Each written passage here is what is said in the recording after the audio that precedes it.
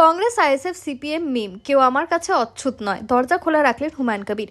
22শে December নতুন দল ঘোষণা করার কথা রয়েছে হুমায়ুন কবিরের। তার আগে বাম, কংগ্রেস, আইএসএফ এবং মিম দরজা খোলা রাখলেন সবার জন্য। কোনো দলই তার কাছে অচ্ছুত না বলে অন্তর্নিহিত বার্তা দিয়ে রাখলেন হুমায়ুন কবির।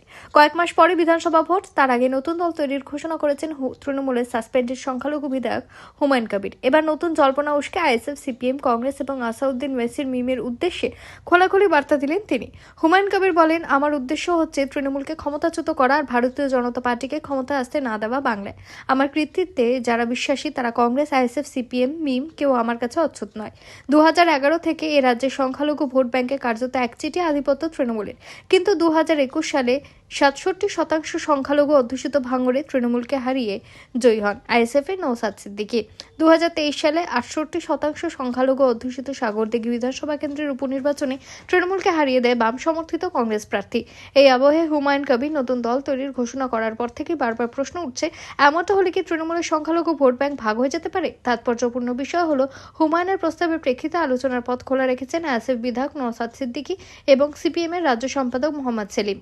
নওশাদ বলেন, কোন মূল রক্ষা করতে দল করতে চাইছে, কি কি ইস্যুর উপর কাজ করতে চাইছে সেগুলো আমরা অবশ্যই স্টাডি করব, তারপরে নিশ্চিতভাবে বলতে পারবো। তবে অনুরোধ একটাই করব, আমাদের এই দল নতুন তৈরি করা বা আলাদা আলাদা করে লড়াই করার সুযোগে তৃণমূল কংগ্রেসের যে ভোটটা বেরিয়ে গেছিল হাত থেকে ফিরে না আসতে সহযোগিতা করে একটা ভুল মেসেজ গিয়ে আমাদের আলাদা আলাদা লড়াই করা বা নতুনভাবে দল তৈরি করাতে বিজেপি না কোনোভাবেই লাভবান হয়ে যায়।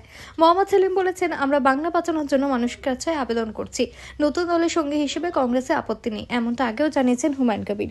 কিন্তু এ রাজ্যে কংগ্রেস নেতৃত্বের একাংশকে নিয়ে ছুতমার্গ যে তার রয়েছে, এদিন তা স্পষ্ট করে দিয়েছেন তিনি। হুমায়ুন কবির বলেন, কংগ্রেসের নেতাকে শুভঙ্কর সরকার সাইনবোর্ড সম্বলিত প্রদেশ কংগ্রেস সভাপতি, তার কোনো পার্সেন্টেজই নেই। ওখানে কংগ্রেসের দুজন নেতা আজকের দিনে, এক প্রাক্তন প্রদেশ সভাপতি, 5 বারের সাংসদ অধীর রঞ্জন চৌধুরী, মুর্শিদাবাদে তার মাস ভ্যালু আছে, আরেকজন হচ্ছেন ঈশা খান মালদার। তারা যদি আমার সঙ্গে বসতে চান নিশ্চয়ই ওয়েলকাম জানাবো। এই প্রসঙ্গে প্রদেশ কংগ্রেস সভাপতি বলেন, কোনো রাজনৈতিক দলের নেতা তার বাক স্বাধীনতা নিয়ে তিনি তার মতো কথা বলতেই পারেন, সেখানে কোনো বাধা নিষেধ নেই, এটাই সংবিধান বলে। তাই জন্য আমি ধর্মীয় গ্রন্থ পাঠ যে যার মতো করেন, আমি কিন্তু সংবিধান পাঠের আয়োজন করছি, সবাইকে আমরা আহ্বান করছি, কংগ্রেস বাদেও যারা আসতে চান। হুমায়ুনের বার্তা অবশ্য গুরুত্ব দিচ্ছে না তৃণমূল। রাজ্য সাধারণ সম্পাদক কুণাল ঘোষ বলছেন, বিজেপি ভোটের আগে গতবার দেখা যাচ্ছে চার্টার্ড ফ্লাইট পাঠিয়েছিল, কিন্তু লোকে তৃণমূল থেকে নিয়ে যেতে নানা কথা বলে, অনেকে গিয়েছিল, কেউ তদন্ত এড়াতে, কেউ আবার অন্য কারণে। যারা চার্টার্ড ফ্লাইটে গিয়েছিলেন তারা সব ভোটের পরে ফোন করেছিলেন, দিদি ফ্লাইট চাই না, একটা অটো পাঠান, ফিরে যাব। বিজেপিকে হারাতে গেলে একটাই দল, তৃণমূল কংগ্রেস, একজন নেত্রী মমতা বন্দ্যোপাধ্যায়। শেষ অবধি বিধানসভা ভোটে কে কার হাত ধরবে সেটাই দেখার।